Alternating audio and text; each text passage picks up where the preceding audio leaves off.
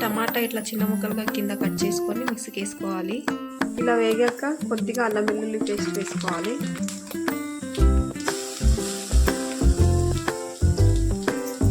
కొద్దిగా పుదీనా వేసుకోవాలి.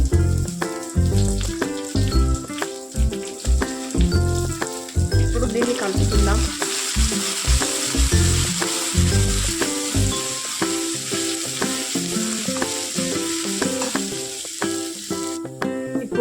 ఇప్పుడు దీంట్లోకి ముందుగానే పట్టి పెట్టుకున్న టమాటా పేస్ట్ వేసుకోవాలి.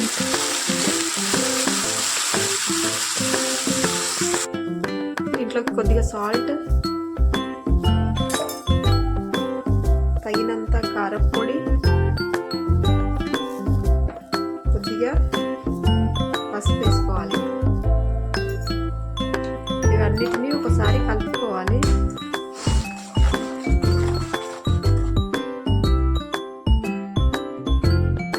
నిమిషాలు మూత పెట్టి ఉడకనివ్వాలి.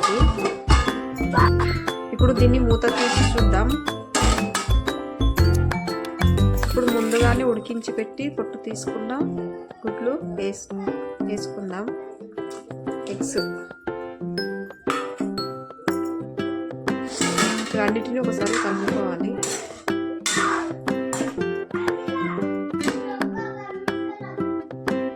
మరొక 2 నిమిషాలు మూత పెట్టి వదిలేద్దాం. ఇప్పుడు మూత తీసుకుందాం.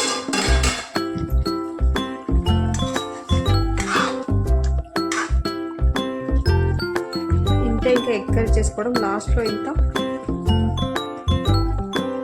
కొద్దిగా చికెన్ మసాలా వేసుకుందాం.